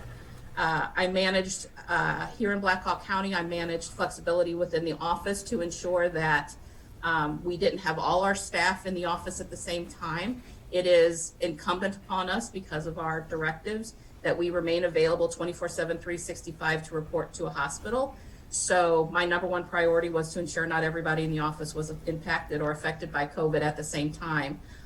So people remained healthy enough to report to the hospital. So while we managed through some flexibility of working from home and working in the office and going back and forth, we did not miss a beat with regards to physically showing up for every survivor in need when called to hospital emergency rooms, law enforcement agencies, mental health units, or to other community partners who requested our assistance to serve a client. We needed us both. Also to police agencies, the Child Protection Center, courthouses when emergency orders of protection were needed. We did not miss an opportunity. We did not miss a meeting. We did not miss a survivor who was in need of our support. In those meetings, we continue to assist survivors in helping them understand and navigate the processes, which included, the physical expectations of experiencing the evidence collection through the kits. Again, the legal processes needed to pursue their cases, and the emotional and mental fallout, and then the mental and emotional rebuilding that is required after somebody experiences the type of trauma that our clients experience. We also help manage the needs of secondary survivors. And one thing that's become clear, the isolation that has come from this pandemic has not been good for those who are most vulnerable to sexual abuse, and that's children. It has become quite clear that the number of calls we are receiving from parents whose children have disclosed that in the isolation they've experienced during the pandemic, the rates of sexual abuse has increased, and the number of parents has increased as well. Non-offending parents calling and saying, I don't have any idea what to do. My child just told me this horrible thing and I'm lost. We've definitely seen the work we've done with these secondary partners and the difficulties they experience increase, and being able to be there physically again in the hospitals, in law enforcement centers when these parents are there for law enforcement interviews and disclosures. All of those things, our presence there really not only helps the survivor and the secondary survivor, it also helps our community partners who themselves are focused on whatever their piece of that puzzle is. So whether it be the hospital collecting the evidence or the police officers and investigators doing their interviews with survivors, our presence there helps them also be more successful in their ends. And again, we help then at that point manage the very real needs of survivors, including transportation to and from the hospital, transportation to and from law enforcement, securing stable housing if they've been displaced because of their sexual abuse, food insecurities, family responsibilities, employer notifications, school notifications, communications with loved ones. These are all needs we deal with on a day-to-day basis with survivors in the best of times. These needs are greater and have been much more demanding on Riverview Center and my wonderful staff, certainly during COVID. Some of the partners that we work with very often here in Black Hawk County include the hospitals, all three, Waypoint, Jesse Cosby Center, Friends of the Family, POTA, the VA, Operation Threshold, Eye of the Needle, Pathways. Those are agencies that we work with on a daily basis here as we serve survivors with very complex needs made even more complicated because of COVID. And to be clear, the number of hours here in Black Hawk County that my staff spent in direct service, and this is just direct service with primary survivors, were the highest we've ever seen in September and October. We've seen a little bit of a quieting as we did right when the pandemic hit. We've seen a little bit of a quieting now because of the resurgence, but we expect in February, we're going to see an explosion again of services needed. Two things happened during the pandemic that show that we are always looking to improve our services and always looking to move forward in the ways that we're able to serve individual survivors, but also the larger communities here in Black Hawk County. We implemented a new program during the pandemic, something we had planned before it hit. But Black Hawk County now is only the second county in Iowa where a SANE program, the Sexual Assault Nurse Examiner program, is operated by the Rape Crisis Center, so that we can assure 100% of the time now when a survivor presents at one of our three hospitals in Black Hawk County, they will always be served by a Sexual Assault Nurse Examiner. We saw in Black Hawk County, as we see in all of our counties that we serve, oftentimes a survivor shows up and there's not a SANE nurse available, which can compromise the collection of evidence and make the experience even more traumatizing for survivors. Because we saw this need, we partnered with the executive leadership of all three hospitals and the Child Protective Center. We sought funding through Schoitz Foundation and rolled out the new SANE program here in Black Hawk County. Since its rollout in March, we've not had one survivor not be served in the county, which never happened before.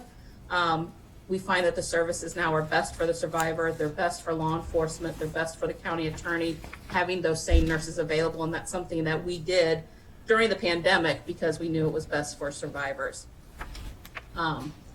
We also moved during the pandemic. Where our location was previously, at the corner at the Kimball Ridge Center, our space was not conducive to services being provided well for survivors. It was dark, we had no natural light, the offices were small and cramped, and it was an old doctor's office that was, again, really not suited for the work we did. We had so few offices that I moved my office into a little storage closet so we could have one of the other offices for staff members. We now, though, have just recently, within the last 30 days, relocated to 100 East Park Avenue in the Bergen building. We're down now closer to the courthouse, we're closer to other social service agencies, we're more accessible for clients of all different abilities and disabilities. And it's just a much better space. We have a devoted now therapy space that has natural light which I can't wait to see children use in our play therapy and our sand tray therapy as they overcome the trauma that they've experienced. In my last couple comments, I'll just say, reiterate the point I made earlier. This pandemic has, and the isolation that it has caused, not just children, but particularly children, has really created a demand for services from my wonderful team in a strength level that I don't think any of us ever anticipated. We found new modalities to provide services to account for being safe. For example, in the past, the Iowa Coalition Against Sexual Assault has said absolutely no to video advocacy. No, because we can't assure confidentiality. We pushed and explored new modality or new software to provide services through video, and now we're able to connect with clients through video in a confidential way that lends itself, not just now during COVID, but in the future, to provide better services for those who maybe have compromised accessibility, who have transportation issues, those in the deeper regions in our rural communities here in Black Hawk County.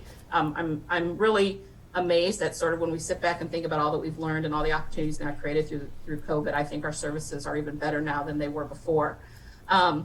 We have had many previous clients return, struggling with kind of the impact of PTSD from their previous trauma, wearing masks, for example, not being able to see loved ones, struggling with the depression and anxiety that they experienced in the past that's come back now through COVID. And even the trauma of testing has been very difficult on those who experienced sexual trauma in the past. And we've been able to respond to those returning clients to help them manage. And finally, the last thing we did in working with clients of ours at Tyson, we went through that experience with them very profoundly. My staff even made hundreds of masks in our office to give to our clients who work at Tyson, to give to them and their family members. I personally delivered groceries to several of our clients at Tyson who had come down with COVID and couldn't get to the food bank, couldn't get to the grocery store, and I delivered lots of groceries to their porches. So what we have found is, as we have served clients through the pandemic, we can do more than we ever imagined before, and we have. That there is always another step to take in serving those who have been traumatized, and as we always say, as we see each one of our clients heal.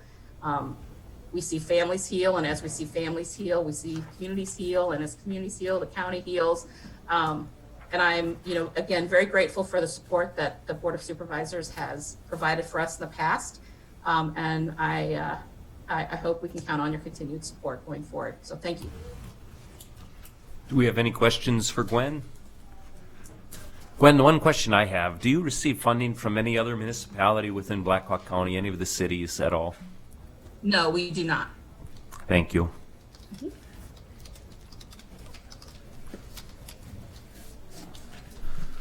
James? All right.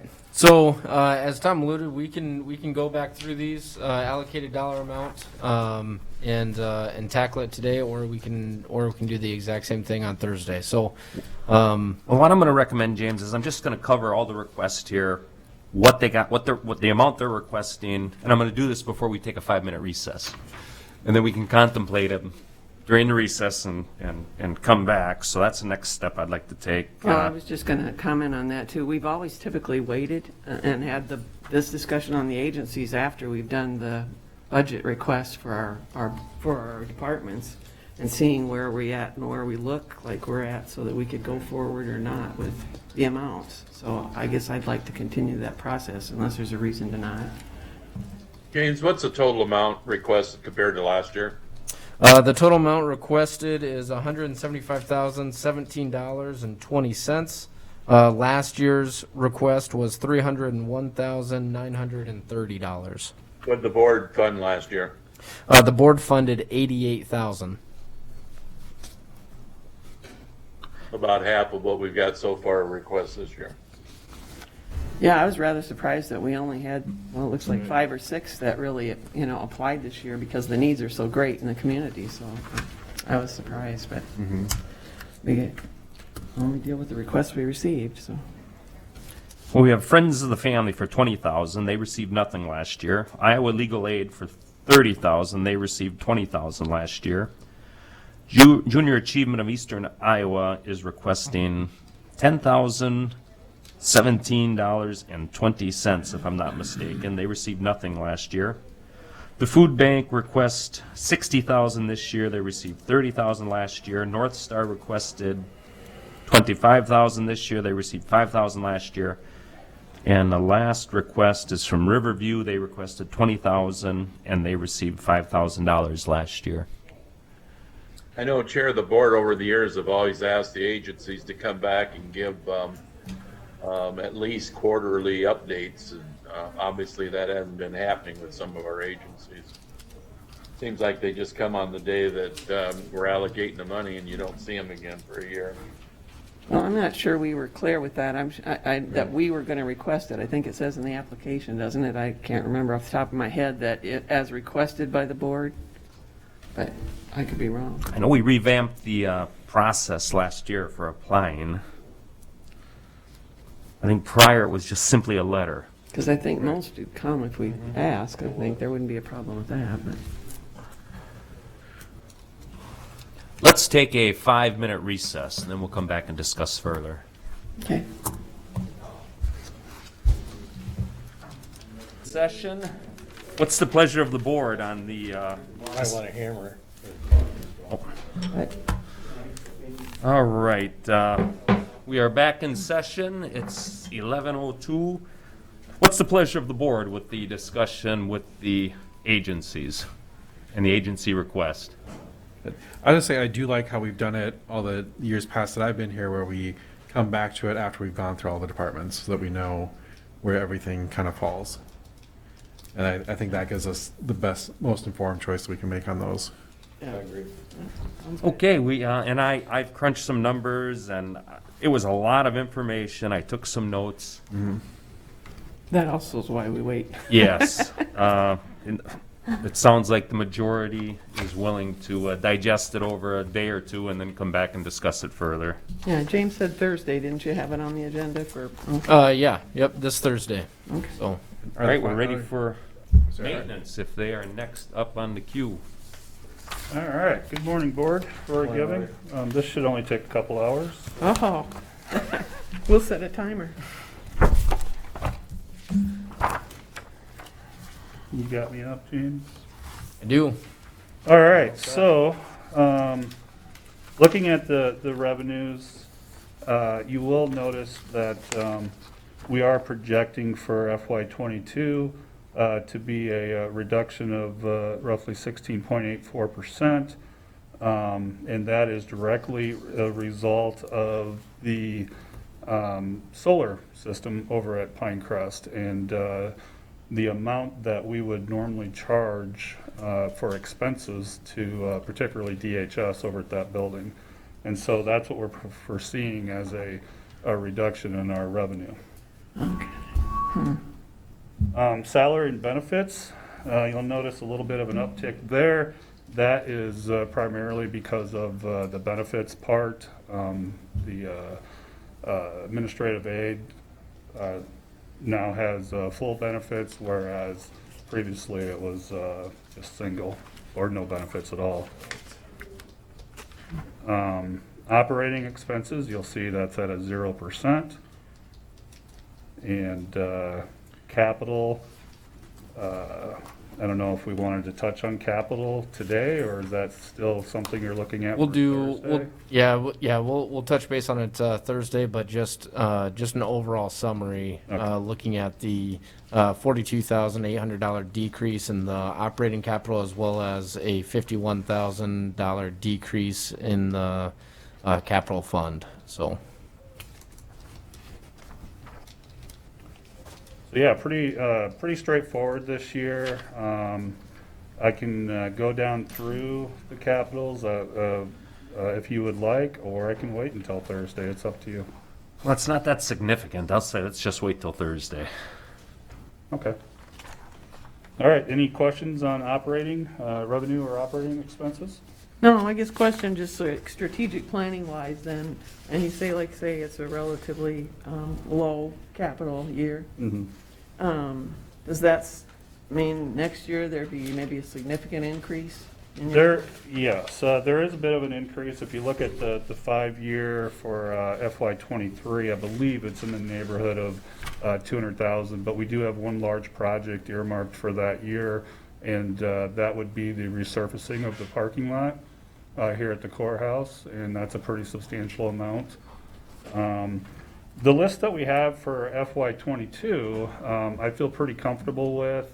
These are some pretty critical items that we've listed on here, such as the mass notification system for our facilities. That one really came to light during our evacuation process that we had earlier in the year with the bomb threat.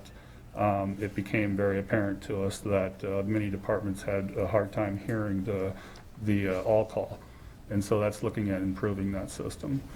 And then if you notice, we have software upgrades. Those are for our head-end units at our facilities, just to keep our HVAC systems up to date.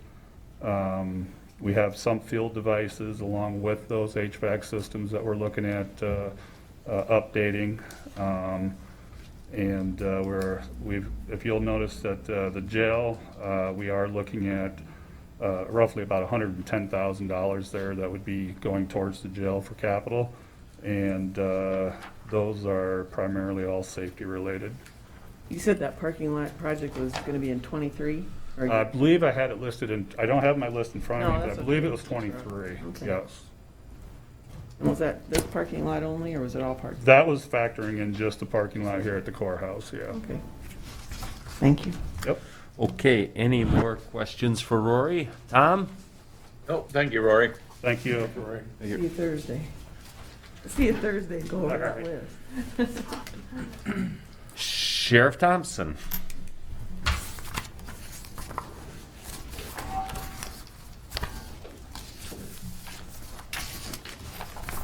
Good morning. Good morning. Morning.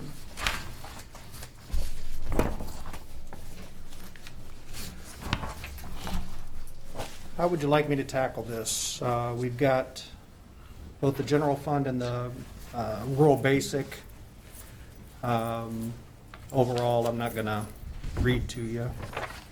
You can kind of go through and you can see we're demonstrating a 2.23% decrease in the overall general fund request. In rural basic, it's even a little more significant. That's attributable to, both of those decreases are attributable both to the continual attrition of sworn staff to detention officers, civilian detention officers. And then in the rural basic, it's a youthening up of our patrol staff. So their salaries and benefits are a little less than the senior staff that are retiring. So we're seeing a dramatic cost reduction there. Overall, even though we're showing, I believe the last year of this contract averaged a little over 3% with Unit 5 over across the board, and that's a weird contract because it's changed steps, and again, we have to talk in generalities because one person might get a step and a percentage increase, but I think overall it was just over 3% for Unit 5. We're still demonstrating a relatively flat budget. Any questions for Sheriff Thompson? Capital-wise, we haven't done anything different or significant.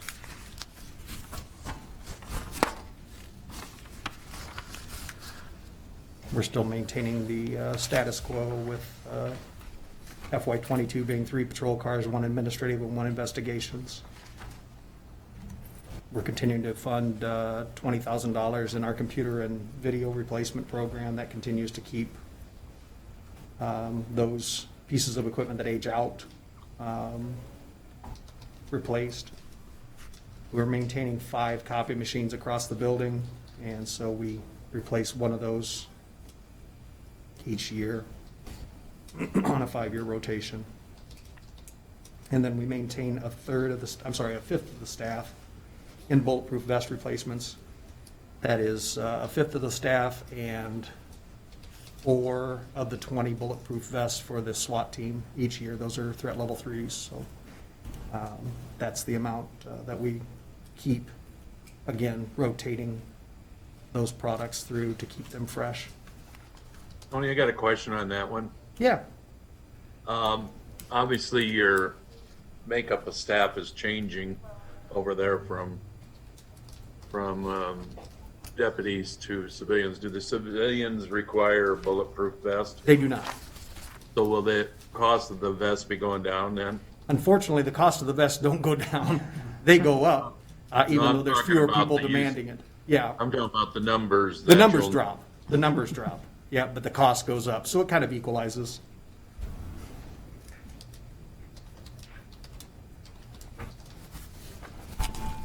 Any more questions for Sheriff Thompson? Sheriff, I know on the vest, it seems like the money has been drying up. That's been trickling down from the feds. Yeah. Do we still see that money We drying make the up? application every year, and it kind of depends. As you know, Waterloo PD and Blackhawk County did not receive funding last year through the VEST program, through the feds, but 2 years ago we did. And so we fund it, we allocate funding for it in hopes that every year we are able to receive that allocation. But last year we didn't get any. So it's funded, budgeted against, and if we can get that reimbursement, we get the reimbursement to be able to put back to the general fund. Unfortunately, last year, no agencies under, I think it was almost like 300 plus officers, I think, was maybe the break point. It was a significantly large number, so it was mainly large agencies that got funded last year. And again, I would hesitate to even guess with COVID and everything else what the federal government's going to do this year with allocations for that program. Any more questions for Sheriff Thompson? All right, thank you. Thank you. Thank you. James. I did want to end today's session with just kind of a summary of where we're at, as well as regarding the levy, as well as the valuations. So let me pull up the summary that I have here, and we'll kind of go through it. So this is where we're at today. We are looking at a potential, assuming that these requests are approved. We are looking at a 1.4% increase in our urban rate and a 4.9 decrease in our rural rate. The only thing that hasn't been updated regarding that rural rate is the today's decision to update the library. So I will get that in there, but you're probably looking at a